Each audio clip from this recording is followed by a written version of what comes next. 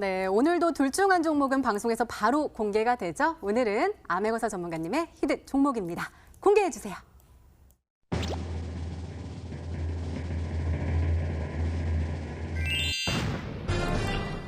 앤디 포스가 정답이었습니다. 이 친구 포스 있게 올라갈 수 있을까요? 저번에 우리 앵커님이 이제 뭐 네. 싸이 토젠 네. 해가지고 그냥 종목 급등인데 맞아요. 이번에도 급등했는데. 좀 느낌이 좋습니다. 우리 시청자분들이 참 잘 맞추시는 것 같아요. 그러게요. 제가 뭐 너무 쉽게 낸 건가 이렇게 좀 생각 들 정도로 좀 잘 맞춰주시는데 상당히 좀 이제 괜찮은 종목이라는 점 좀 강조드리겠고요. 자, 한번 보도록 하겠습니다. 일단 역배열에서 단기 평선 정배열 구간으로 들어갔어요. 그렇기 때문에 이 종목 단기 급등이 아닐지라도 점진적인 우상에 기대되는 그런 종목이라는 점 좀 강조드리겠고, 그리고 한번 장대 양봉이 나왔습니다. 장대 양봉이 나오고 그리고 이제 옆으로 수평 이동해주는 거래량이 빠지면서 옆으로 수평 이동해주기 때문에 이런 종목들 충분히 우상에 노려볼 수 있고, 그리고 이제 양봉이 4개가 연속으로 떴어요. 양봉이 3개가 연속으로 뜨는 것도 힘든데 4개가 뜬다는 것은 지속 우상에 가능한 그런 자리다라고 말씀드리겠습니다. 자, 매수는 시가 이하에서 한번 진행해 보시고요. 자, 음봉에서 매수하면 가장 이상적이겠죠. 자, 그리고 이제 목표가는 자 7,000원 구간 보도록 하겠습니다. 7,000원 이제 전고점 살짝 못 미치는 구간이거든요. 자, 저항대 구간에서 단기적으로 한번 익절하시는 것이 좀 좋겠다 말씀드리겠고요. 그리고 손절가는 5,600원 라인대 좀 이제 기준선 부근입니다. 기준선 부근에 이제 손절가를 잡았기 때문에 충분히 부담 없는 매매 한번 진행해 볼 수 있겠다 말씀드리겠습니다. 네, 암행어사 전문가님의 오늘의 히든 종목은 바로 앤디포스였습니다. 매수가는 다음날 시초가 이하로, 목표가는 7,000원, 그리고 손절가는 5,600원으로 세워주셨으니까요. 가격 전략 잘 참고하셔서 꼭 행복한 수익률로 보답받으시기 바랍니다.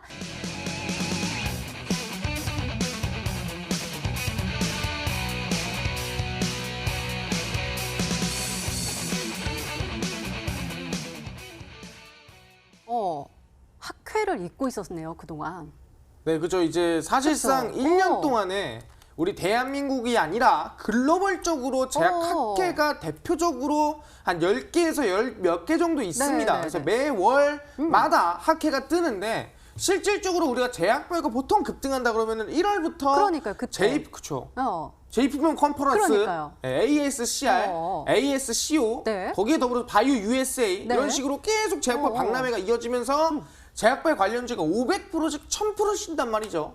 그리고 실제로 이번에 HLB가 저점에서 10배를 갔습니다. HLB 10배를 갔는데 왜 10배를 갔냐? 바로 이번에 ESMO, 실제로 유럽의 임상종양학회에서 이번에 HLB에 대한 임상에 대한 결과가 굉장히 좋다는 이슈가 나와주면서 그리고 10배가 갔습니다. 차트는 보시면 아시겠지만 저점 라인 때 거의 2만 원에서 20만 원을 돌파하는 모습 보여줬거든요. 그래서 저점 대비해서 유럽 임상 종양학회가 뜨고 나서 주가가 10배가량 급등 나왔다 볼 수 있을 것 같아요.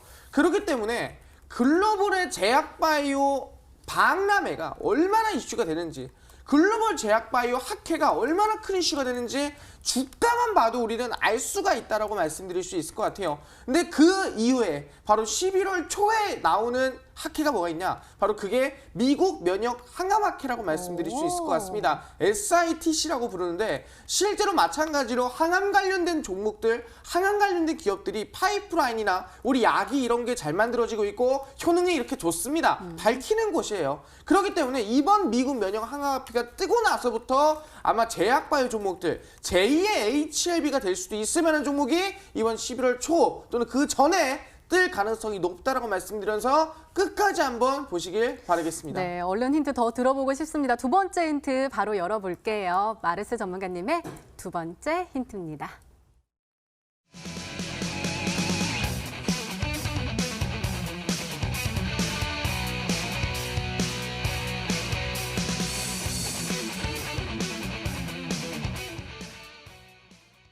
엄청난 거 아니에요? 임상 3상이 완료가 됐다. 그리고 48조 규모요?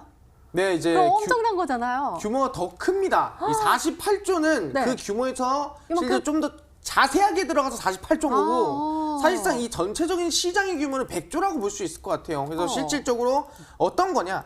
이 원래 항암제라는 게 아시겠지만 놓게 되면은 부작용이 생깁니다. 실제 진짜 이 항암제를 하시는 분들은 알 거예요. 굉장히 아프고 몸에 고통이 생겨요. 그래서 항상 항암제를 줄 때는 뭘 주냐면은 진통제를 같이 줍니다. 그래서 항암제를 먹을 때 진통제를 같이 먹는데 실제로 이 진통제 같은 경우에는 여러 가지 종류가 있는데 평균적으로 이 마약성 진통제라는 걸 많이 씁니다. 말 그대로 마약성 진통제라는 거는 실질적으로 우리 마약 성분이 있다 보니까 몸에 부담이 있고 이 마약성 진통제 자체도 부작용이 있다는 거예요. 그러다 보니까 이 진통제를 바꾼 게 뭐냐? 그게 바로 비마약성 진통제라고 말씀드릴 수 있을 것 같습니다. 그래서 이 비마약성 진통제 같은 경우는 부작용이 당연히 없고요. 진통 효과까지 있습니다. 그래서 실질적으로 지금 마약성 진통제가 풀려있는 진통제 시장이 대략 2024년도까지 100조 규모거든요.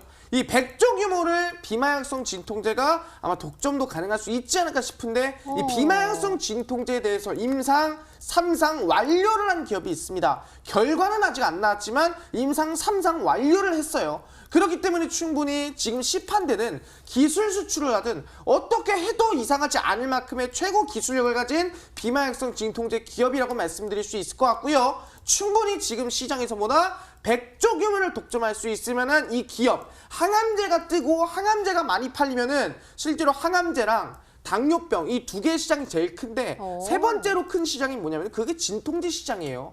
왜 항암제가 많이 팔릴 만큼 진통제도 같이 많이 팔리니까. 그렇기 때문에 지금 100조 규모의 시장 독점할 수 있을 만한 비마약성 진통제 충분히 이 제약바이오 상한가 후속주 어떤 종목인지 알아가시길 바라겠습니다. 네, 한번 추리해 보도록 하겠습니다. 암행어사 전문가님, 비마약성 진통제를 3상을 완료했다라고 이렇게 혹시 찾으면 바로 나와요?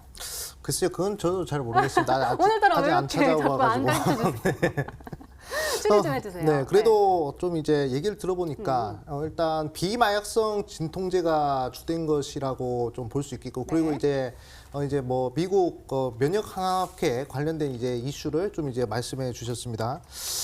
저는 이제 한 가지 기억나는 종목이 이제 한 딱 두 가지 정도가 있어요. 이제 뭐 메디프론이나 또 이제 뭐 제넥신 이쪽으로 볼 수 있는데, 자 메디프론 한번 보도록 하겠습니다. 자 메디프론 같은 경우에는 이 종목 같은 경우에도 이제 대부분 시청자분들이 이제 치매 관련주로 다들 아실 거예요. 근데 이 메디프론 같은 경우에는 이제 또 비마약성 진통제 관련된 사업을 영위하고 있습니다. 그렇기 때문에 이 메디프론 쪽에 좀 이제 시선이 좀 가네요. 지금 이제 최근에 뭐 쌍바닥 흐름도 보여주고 있고, 그리고 이제 이 큰 장대 음봉을 하나 만들었단 말이에요. 근데 이 장대 음봉이 저점을 내리는 장대 음봉이 아니라 저점을 들어올리는 장대 음봉이란 말이에요. 이런 건 상당히 좀 기대감이 있는 캔디라 볼 수 있습니다. 그러고 나서 지지권 지키고 바로 이렇게 반등하는 모습들을 보여주고 있거든요.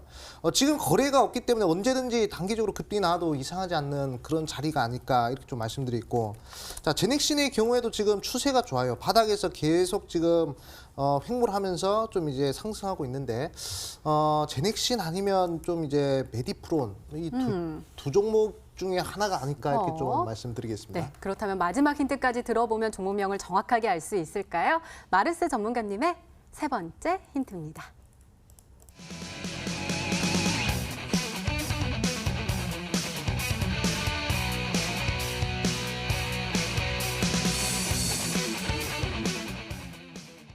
그래서 아까 AS 할 때 30%의 수익률을 전해주시겠다라고 말씀해 주신 거군요.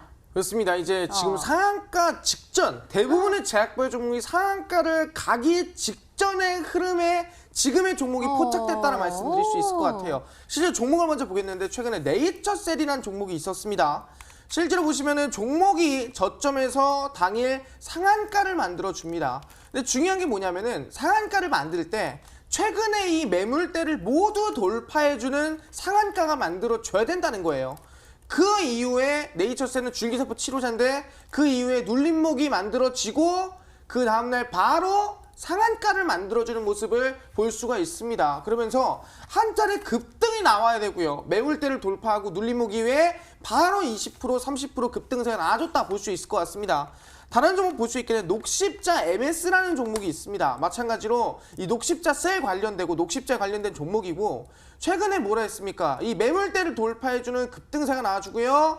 그 이후에 어떻게 됩니까? 실질적으로 눌림목이 만들어지게 됩니다. 그 이후에 바로 당일 상한가 눌림목 급등해서 총 60% 거의 50% 이상 급등세가 나와주는 종목이 녹십자 MS였다고 말씀드릴 수 있을 것 같고요. 최근에 이제 사이토젠이라는 또 제약주가 있었습니다. 마찬가지로 저점의 매물대를 강하게 돌파해주는 상한가 급등 나와주고요. 실제로 그 눌림목이 만들어진다는 거예요.